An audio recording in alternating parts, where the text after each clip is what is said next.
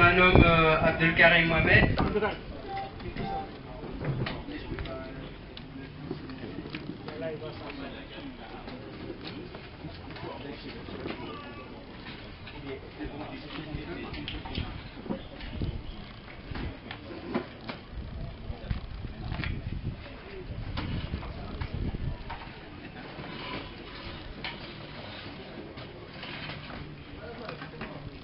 On a ici un projet qui parle du solaire, du branchement d'un double allumage qui consiste à brancher le solaire avec le secteur en même temps.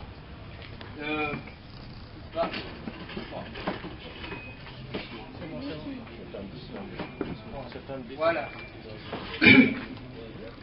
On a le branchement du solaire, les panneaux solaires, et le branchement du secteur. Là, en ce moment, on a branché le secteur.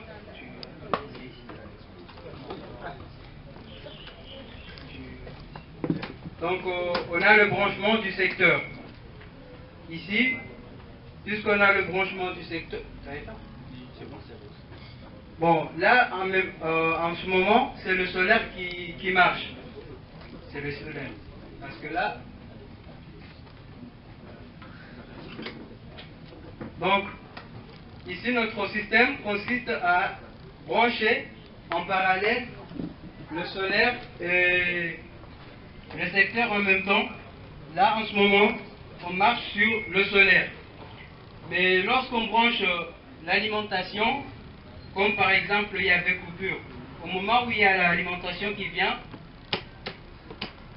voilà, directement, l'alimentation sectorielle prend la relève.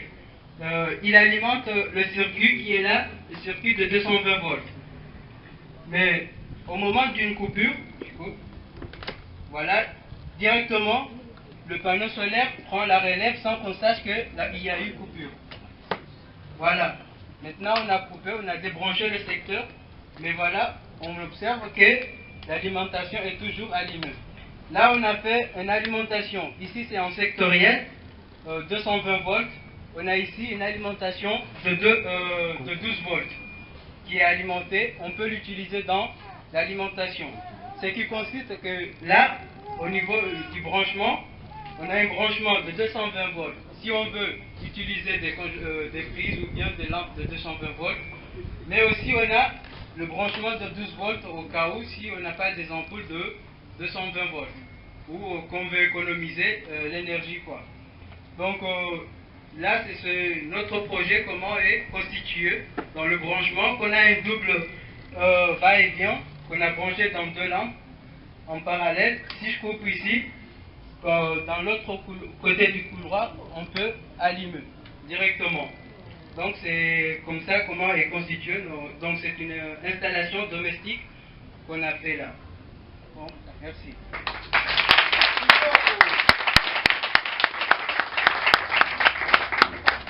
Et aussi, bon, j'avais le temps de le préciser.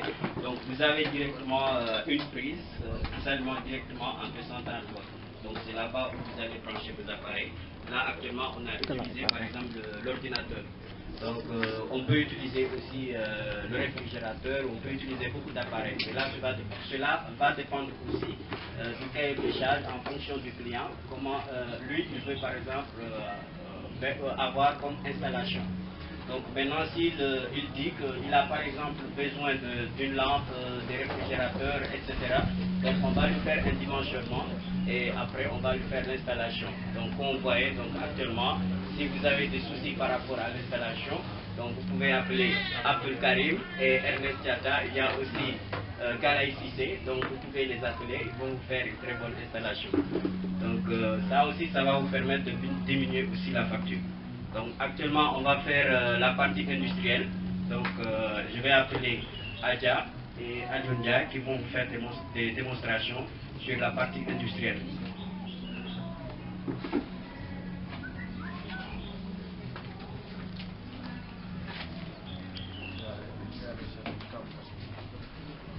Bonsoir, je me nomme Adja Koumagalan et mon autre binôme s'appelle Adjonja. On est des étudiants en BTS de électrotechnique. On va vous présenter un démarrage étoile triangle. Mais comme on n'a pas un moteur, on va le simuler avec des lampes. Ici, on a la logique câblée et la logique programmée par l'API.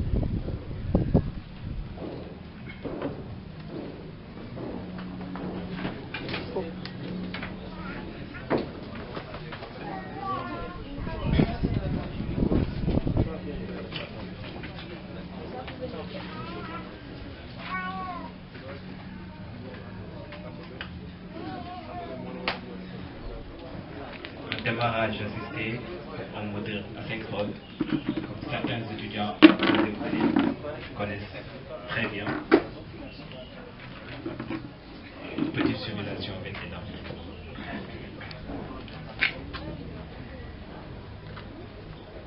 Juste pour préciser que le démarrage étoile triangle est utilisé pour diminuer la pointe d'intensité au démarrage.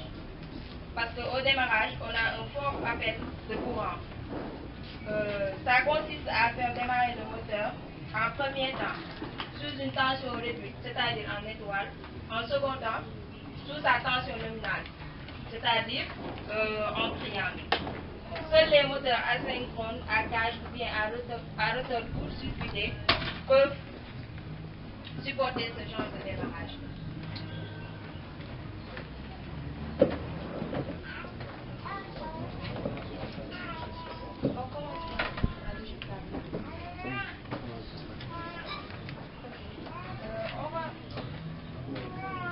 On va commencer par la logique câblée. Ici, on appuie sur le bouton poussoir S1. On a étoile et le contacteur de ligne. Quelque temps après, on a le contacteur de ligne et triangle. Et F0, c'est pour arrêter le circuit à tout moment.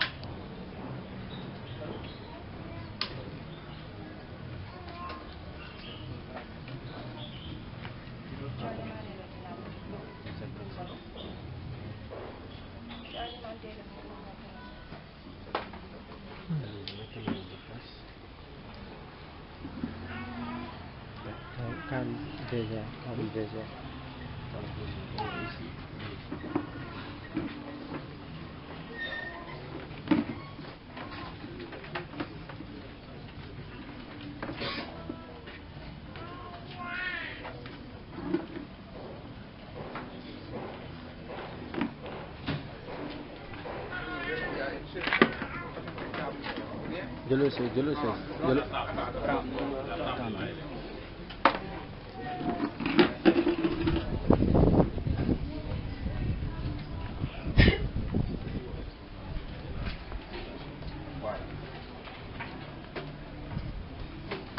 Pour la logique câblée, c'est à partir de l'API qu'on envoie le programme déjà fait au niveau de Célio en LADER.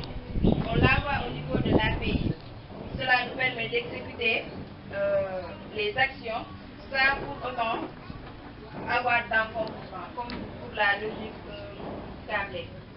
Pour la logique programmée, on agit sur l'ordinateur ou bien on agit juste sur les boutons poussoirs. Il y a moins d'encombrement.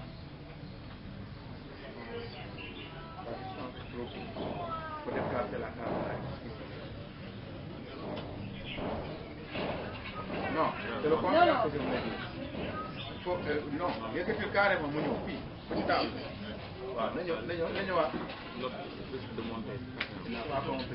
C'est-à-dire que plus la distance est, voilà, plus le, voilà, c'est comme ça,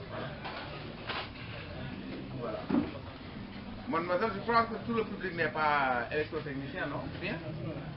Si vous parlez des API, il faut commencer par situer ça dans son contexte d'utilisation. Dans quel environnement on trouve l'application de ce que vous êtes en train de démontrer? Dans quel environnement essentiel? Vous voyez?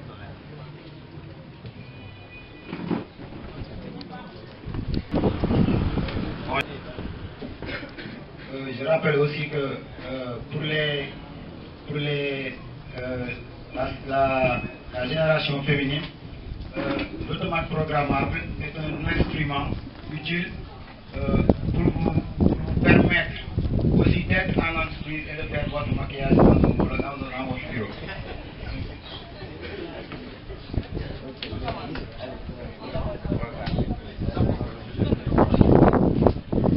Ici, on va simuler le mode monitoring pour l'API.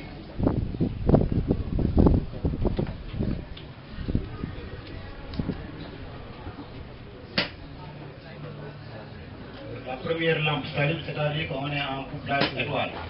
Quelques secondes après, la lampe clignote, on est en couplage triangle. Le premier couplage, on a éliminé la pointe d'intensité et à la fin du démarrage, on a un couplage étoile pour reprendre le courant pour permettre au moteur d'être alimenté en tension nominale.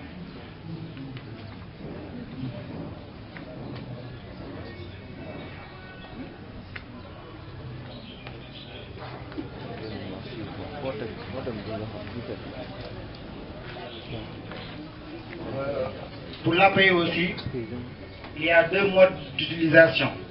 Il y a le mode run qui permet de, comme tout à l'heure pour la logique câblée, vous venez vous appuyer sur les boutons poussoirs, etc.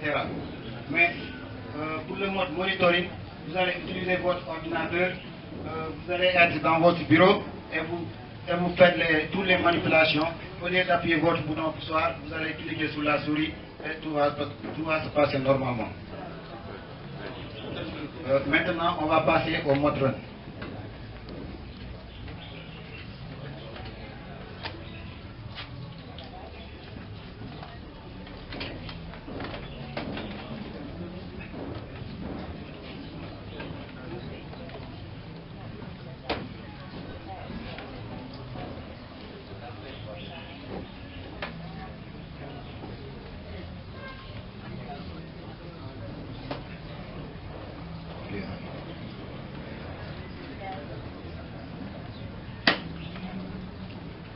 Ouais.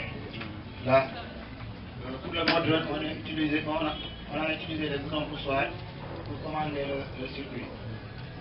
Alors que tout à l'heure, on a utilisé l'ordinateur pour alimenter le circuit qui s'appelle le mode monitoring. Tout à l'heure, on vient de faire le mode run.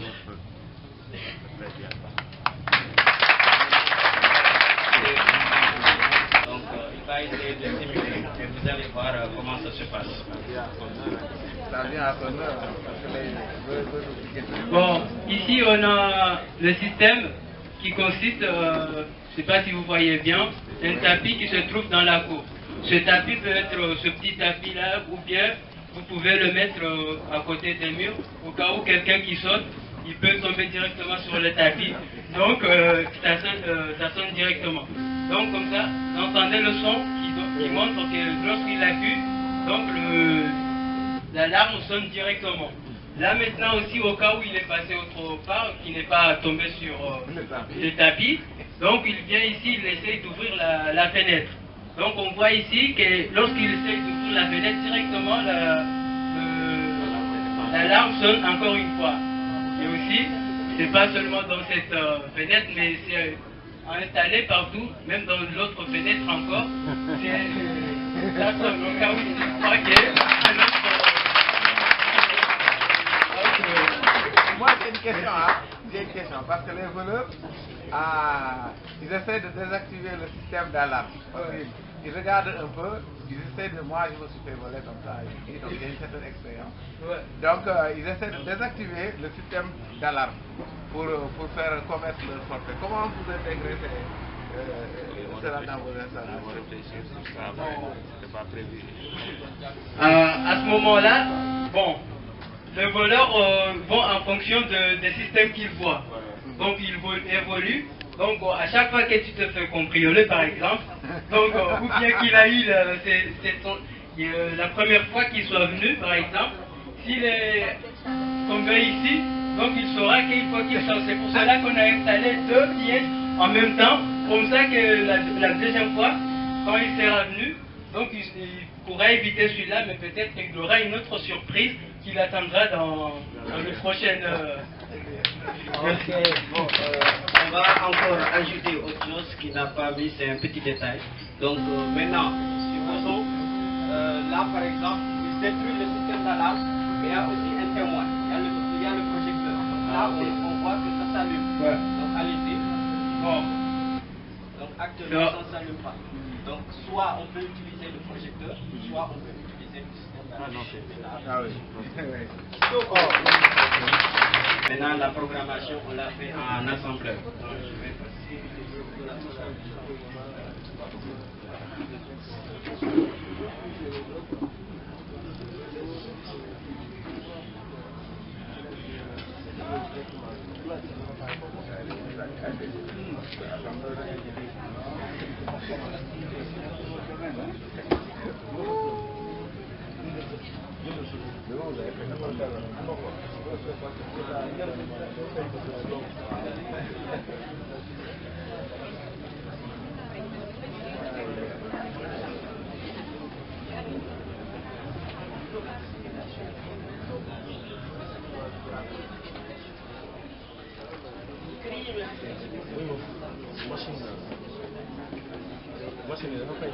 Pour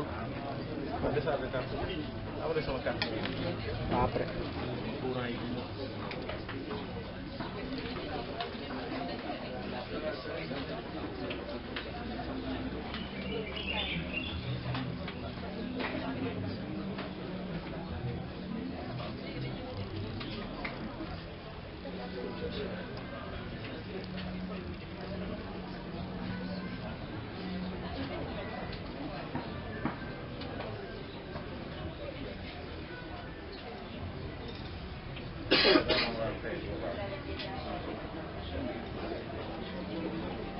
Ici, on a un système de feu de circulation qu'on a écrit au niveau d'un programme à langage assembleur.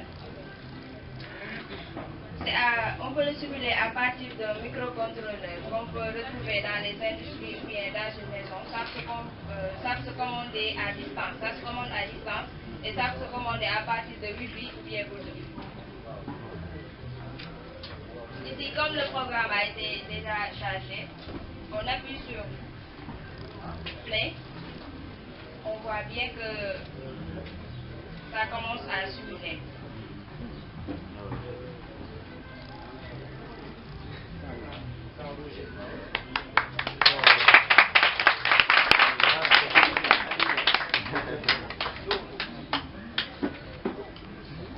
Il y a une dernière simulation de moteur pas à pas. Vous voyez dans le système des imprimantes.